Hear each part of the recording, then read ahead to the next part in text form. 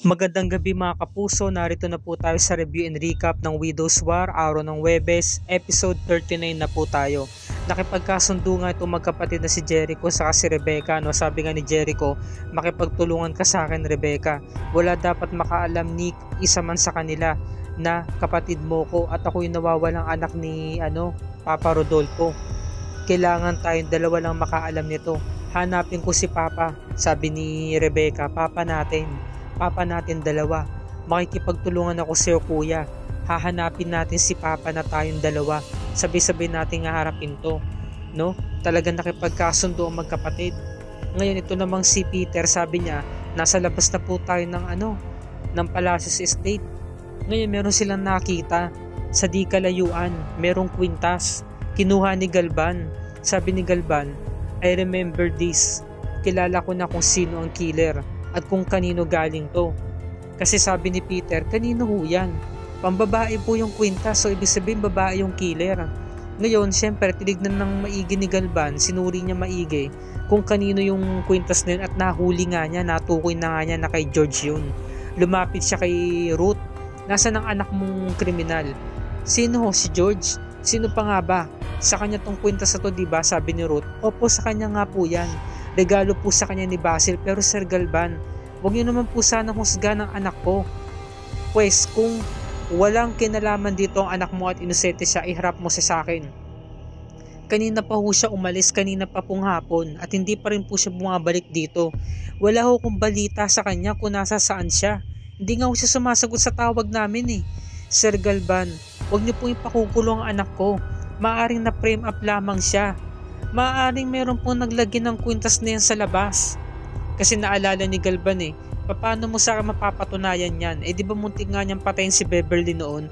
Noon po yun, Sir Galban, iba po yung pagkakataon na yun kaysa sa sitwasyon ngayon. Inosente po ang anak ko at pinalaki ko po siya na maayos kaya hindi niya po yung magagawa. Kailangan mapatunayan sa akin ni George yan dahil kung hindi, ipakukulong ko siya. Hihintayin kung mapunta siya sa bilangguan. Diba talaga nagagalit si Galban? Halos makapanakit na siya ng tao, halos masaktan niya na si Ruth. Si Ruth naman natatakot, hindi siya makapaniwala na magagawa yun ni George. Samantala ito namang si Amando, sinecured niya na okay silang lahat. Sabi ni Aurora, magaling Amando. Hindi tayo nakakasiguro kung safe pa ba tayo, kaya kailangan halugugin natin ang buong paligid para malaman natin kung nandito pa ba ang killer o wala. Ngayon may tumatawag kay Amando. Sabi ni Aurora, ano yun Amando? Anong sabi sa'yo? Natukoy na daw po kung sino ang killer. Meron pong nakitang kwintas doon sa labas ng Palacios Estate. Sabi ni Sam, sino daw po? Sabi ni Amando, si George. So sabi ni Aurora, I can't believe this. Sabi ko na nga ba kaya niyang gawin yung bagay na yun Talagang nagulat si Aurora, nagalit din siya. At hindi rin makapaniwala itong mag-ina si Sam saka si Mercy. Ngayon kinumpronta ni Mercy ang anak niya nung sila lang dalawa sa kwarto. Magsabi ka nga sa akin Sam, may kinalaman ka rito no? Nay, ba't ho ba kayo galit na galit sa akin? Ba't ho ba kayo hindi ho kayo naniniwala? Wala po akong kinalaman sa pagkamatay ni Beverly. Hindi ko po magagawa yun. Alam niyo po ba, si George lang po ang may kakayanang gumawa nun dahil nalaman po kasi ni Beverly yung sikreto niya na baog siya. Hindi nila alam nasa likod si Ruth. Pinuntahan sila. Ngayon, itong mga kabataan, hindi rin sila makapaniwala na si George ang sinisisi sa pagkamatay ni Beverly. Meron ng prime suspect, 'di ba? Ngayon, sabi naman ng mga kaibigan niya, lakasan mo lang ang loob mo, Edward. Ngayon, biglang dumating itong si Peter, sabi niya, ba't nyo pa hinahanap niya ate nyo? Kahit naman siya magtago, tukoy na siya na talaga yung killer dahil merong nakitang gamit niya sa labas ng mansion na to. Malinaw na ang kapatid mong si George ang pumatay kay Ma'am Beverly. Hindi totoo yan, sabi naman ng kaibigan ni Ward. Malay niyo po na frame up lang siya. May kumuha po nung gamit niya. Tapos meron pong naglagay sa labas. Di ba meron akong nababasang ganun. Meron naman po nangyayaring ganun, di ba? Sabi ni Peter. At sino naman? Di ba wala namang gagawa nun kundi ang ate George lang niya? Dahil siya lang naman ang kagalit ni Ma'am Beverly. Nagalit si Edward, tumigil ka na. Walang niya ka. Sinuntok niya si Peter. Alam mo, utosan ka lang dito. Ako pa rin ang amo mo, kaya ako pa rin masusunod dito. Wala kang karapatan na sabihin yan. Oo, utosan nga lang ako dito. Pero ako, alam ko yung totoo. Hindi ako mapagpanggap. Dahil ako, nagsasabi ako ng totoo. Sinasabi ko lang yung totoo Walang niya ka, napatulan na ni Edward. Tama na yan, nagkakagulo na. Sinuntok niya si Peter. Itong si Peter nakakatakot yung itsura niya no? Parang gusto niyang gumanti kay Edward. Samantala itong si Ruth, sinugod to mag-ina. Alam mo Sam, ikaw pala may kagagawa na lahat kung bakit na-trigger yung pag-aaway nilang dalawa. Sinulsulan mo. Alam mo ang katotohanan, ikaw pala nagsabi kay Beverly kaya isiniwalat ni Beverly ang sekreto ng anak ko. Sabi ni Sam no, bakit? Sinasabi ko lang naman po yung katotohanan na pinagloloko niyo po si Sir Galvan sa katotohanan. Pinagloloko niyo kami na hindi ho pala kaya mag-anak ng anak niyo. Kahit na, dapat hindi ho pa rin sinabi yun dahil sinira mo ang buhay ng anak ko. Ni minsan ba, hindi ba sumagi sa isipan mo na naging magkaibigan kayong dalawa na anak ko? Bakit mo siya dinidiin, Sam? Bakit mo ito ginagawa sa anak ko? Ano bang kasalanan na ginawa niya sa'yo? Sabi naman ni Sam, bakit? Yung kapatid ko nakakulong. Pinagbabayaran niya ang kasalanan hindi niya ginawa. Yun ang kasalanan niya sa akin. Kaya ako ito ginawa. So ibig sabihin ginagawa mo to para siraan ang anak ko? Yun, lumabas din ang katotohanan. Gumaganti ka sa amin, gumaganti ka sa anak ko para sirain siya. At ngayon, siya ngayon ang sinisisi sa pagkamatay ni Beverly. Siya ngayon ang tinutukoy. Siya ngayon ang nadidiin sa sitwasyon to. Naiipit ngayon ang anak ko. Sabi naman ni Sam no, pinaglalaban ko lang ang katotohanan, sabi ni Sam. Ngayon ito namang si Peter. Oh no, ano pa bang magagawa ninyo? Nangaasar pa si Peter no?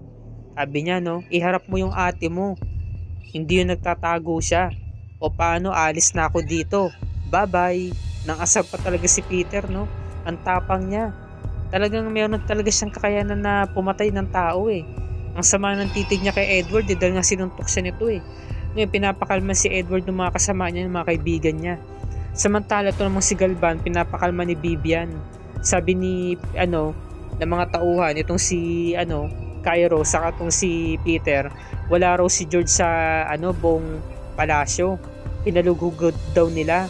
At syempre, napatunayan nga na kanina pang hapon nga umalis tong si George. Sabi naman ni Galvan, hanapin nyo lang siya sa buong paligid. Huwag kayong titigil dahil gusto ko makulong siya. Ngayon sabi naman ni Vivian, at syempre, talagang itatao niya talaga na wala siya rito para gawin niyang krimen na yan. Yun nga lang, tatanga-tanga siya dahil nag-iwan siya ng ebidensya. Naiwan niya yung kwintas niya. Ngayon sabi naman ni Vivian, sige na Han, magpahinga ka na. Alam ko na stress ka buong maghapon na to sa nangyari. Sabi ni Galvan, hindi ako matutulog. Hindi ko kaya magpahinga sa ganitong sitwasyon. Dahil pinatay niya si Beverly at ang apo ko, pagbabayaran niya to. Ngayon bumubulong itong si Vivian, no? Sabi niya, alam mo kapag nakulong na yung si George, tapos na lahat ng mana niya. Mukha talagang pera tong si Vivian no? Gold digger talaga eh. Gusto niya kasi mapamanahan yung anak niya ng malaki, si Sophia. Samantala ito namang si Ruth, pinihila tong si Sam. Halika rito. Sabihin mo ang katotohanan kay Ma'am Aurora at sa lahat na ikaw ang may kinalaman ng lahat kung bakit nag-trigger yung galit ni George kay Beverly. Linisin mo ang pangalan ng anak ko. Hindi ako sasama. Hindi, sumama ka. Kinaladkad ni Ruth. Ngayon natulak ni Ruth itong si Mercy. Sabi ni Sam, Nay, hindi na napigilan ni Mercy itong si Ruth na hinihila tong anak niya. Ngayon talagang nagkahilahan na sila. Syempre buntis si Sam kaya pinag-iingat ni Mercy yung anak niya. Si Sam naman mahina dahil nga buntis siya Hindi siya pwede makipaglaban Dumating si Aurora. Anong ginagawa mo sa ko? Manugang ko ha? Natulak ni Ruth itong si Aurora. Pasensya ho ma'am. Pasensya po Ma'am Aurora, hindi ko po sinasadya. Nagulat din si Mercy sa si Sam. Ngayon ito namang si Edward tumawag kay Attorney Inigo. Kuya, tulungan niyo po kami.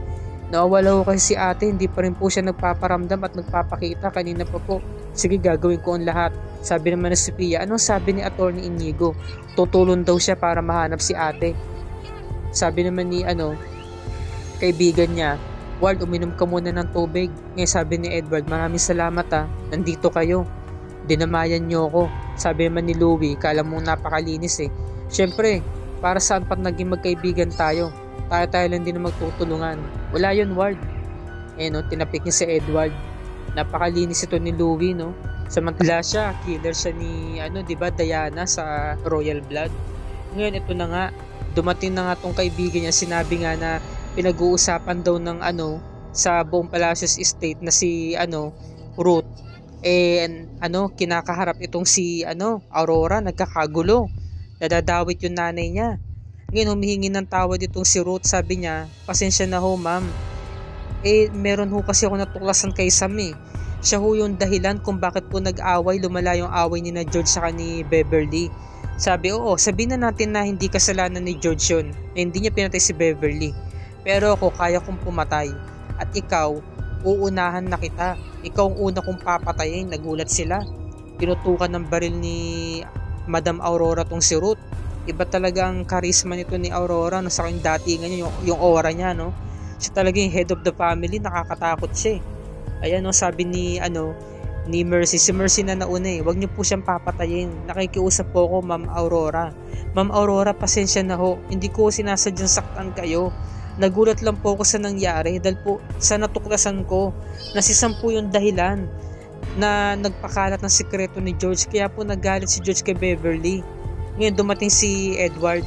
Ma'am Aurora, wag niyo pong papatayin ng nanay ko, nagmamakaawa ko. Kung ano man po yung kasalanan na ginawa ng nanay ko, ako na lang po yung barilin nyo. Sige po Madam Aurora, iputok nyo na. Ako na lang po magbabayad ng kasalanan ng nanay ko. Ward, umalis ka dito, wag kang makialam dito, lumabas ka dito. Ngayon ito namang si Cairo, lumabas na sila, hinahanap nga nila tong si George. Nakita ni Cairo, ba't meron daladalang kutsilyo tong si Peter? Sabi ni Cairo, iba ka rin talaga, no? Pati babae papatulan mo, sabi ni Peter. Syempre naman, lahat papatulan ko, alang-ala lang sa pera. Sayang yung reward, no? Kasi nga nagbigay nga si Galban ng reward kung sino man ang makakahuli kay George. Ngayon, nauna na nga tong si Cairo para hanapin na nga tong si George. Samantala, habang naglalakad tong si Peter, narinig niya na nag-e-emote itong si Jericho doon sa may tabi ng puno, sa ilalim ng puno. Dahan-dahan siyang lumapit kasi nga narinig niya. Nung nakita niya, tinitignan ni Jericho yung litrato niya nilang mag-ama nung siya sanggol pa. Ngayon, palihim niya na kinunan ng litrato gamit ang camera ng cellphone niya. So dito mga kapuso, pinakita na yung muka ng ama ni Jericho sa ni Rebecca. Ngayon, nakita ni Jericho na kinukunan siya ng litrato. Peter, ano yan? Huwag gawin yan, burahin mo yan. Sige, lumapit ka. Meron akong dalang patalim. Ang tapang ni Peter no, kasi meron siyang dalang patalim Ngayon, eto na, umiiyak tong si Edward saka si Ruth. Ngayon, nakikiusap si Sam, lumapit na siya kay Madam Aurora sa biyanan niya. Nagmamakaawa ko, ma. Huwag niyo na po itong gawin. Huwag niyo na pong dagdagan pa na mayroong mamamatay ngayong gabi. Marami na po nangyari, marami nang namatay. Huwag na po natin dagdagan, tama na po, sabi ni Aurora, no. Pasalamat kayo. At kung hindi dahil kina Mercy at kay Sam. Pero siguraduhin nyo na wag nyo nang uulitin to, na wag kayong gagawa ng gulo dito, maliwanag. Umalis na kayo. Ngayon, kailangan nyo nang umalis, mga scrap. Sabi niya, no? Galit na galit si Aurora. Umalis na nga yung mag-ina habang umiiyak. Nakakaawa ang pamilya ni George, no? Saka si George mismo. Sila yung nadidiin. Sila yung pinaka nakakaawa rito sa teleserye na to, mga kapuso. Kahit na may pagkakontrabida yung role nila, no? Nakakaawa sila. Ngayon sabi naman ni Madam Aurora, kamusta ka, Sam? Sabi ni Sam, okay na po ako, ma. Sigurado ka? Are you sure? Okay ka lang talaga? Ngayon, ito namang si Mercy, nagagalit kay Sam sa mga nangyari. Hindi kasi niya masisisi yung sarili niya na kumprontahin yung anak niya, di ba? Dahil nga nakapagsinungaling na nga to Kumbaga wala nang tiwala si Mercy sa anak niya kay Sam. Ngayon, sabi naman ni Mercy, kung hindi ka lang buntis, nasaktan na kita. Ngayon, ito namang si Jericho, bakit mo ba ito ginagawa? Borahin mo yan, Peter. Ba't kasi tinatago mo pa yung pagkatao mo? Ba't ayaw mo pang sabihin sa kanila na isa kang Palacios? Ano ba talagang pakay mo, ha? Itigil mo na to, Peter. Hindi po pwede masira ang mga plano ko. Kailangan kong malaman kung buhay ba talaga si Papa o patay na. Ito yung mission ko. Ito yung kailangan kong gawin. Ganun. Yan palang ginagawa mo. Peter, ibaba mo na yan. Nakikiusap ako sa'yo. Tinutukan kasi ni Peter ng patalim sa liig. Itong si Jericho. Kumbaga wala siyang laban ngayon. Ayan, no? Ngayon, nung nahimasmasan na nga itong si Peter, binaba niya na yung kutsilyo at tinago niya na yung cellphone. Nahuli sila ni Amando. Sabi ni Amando, sinigawan sila, hoy, anong pinag-uusapan nyo dyan? Ngayon, dumako na tayo dito sa mag-ina kina Sam sa kay Mercy. Sabi ni Mercy, sabihin na natin na wala kang kasalanan, na hindi ko may gawa nun. Pero ikaw pa rin ang mitya ng lahat kung bakit nag-away yung dalawa. Ikaw yung nagsulsol kung bakit lumala yung away ni na Beverly saka ni George. At ngayon, si George ngayon ang tinuturong killer sa pagkamatay ni Beverly. Ma, sinasabi ko lang ang katotohanan. Hindi nyo ba nakita na parang lumalabas na ang totoong ugali ni George na kaya niyang pumatay ng tao? No? Madilim ang kanyang budhi, Nay. Nakakatakot siya. Kaya niyang gumawa ng krimen. Ngayon, siya ngayon tinuturong killer ni Beverly at hindi rin malayo na siyang dahilan sa pagkamatay ni Basil. Maaring siya rin ang pumatay dito. So yan yung pakatutukan natin bukas mga kapuso, no? Marami pa talaga tayong dapat abangan at pakatutukan dito sa Widow's War, lalo na't nahuli ni Sam na parang meron tinatago itong si Aurora, di ba? Dahil nakita niya hating gabi na meron itong daladalang pagkain at meron itong tinungo. Sino ang ikinatagpo nito? Ano kayang palusot dito ni Aurora ngayong kinumpronta siya ni Sam kung saan siya nang galing kagabi at kung saan niya dinala yung pagkain dala-dala niya? Yan ang pakatutukan natin bukas mga kapuso, at kung bago ka pa lamang sa aking channel, paki-like at paki-share ang video na to at paki-subscribe na rin para lagi ka updated sa mga GMA shows at sa Widow's War. Maraming salamat po and God bless.